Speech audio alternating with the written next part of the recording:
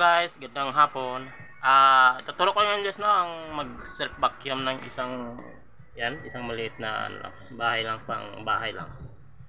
Ginagawa natin ang pag self vacuum guys pag ito naiwan natin ang ating vacuum pump at saka pag halimbawa nasira yon, emergency, gawin natin ang self vacuum. Pwede rin man yan. Mag self vacuum kayo guys, yan.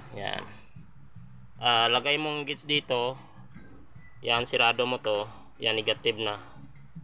Tapos saksak mo to, maglagay kayo dito guys ng maliit na tube. Dito mo palabasin yan sa filter ang mag self vacuum kayo. Pag ramdam nyo na nag negative na dito, wala nang hangin lumalabas dito sa dulo ng sirado nyo na yan, ipit nyo, pwede na yung sirado. Sus, naputol pa yata guys. matalim yung ko. Dito tayo sa isa. Yan, buti may natira pa.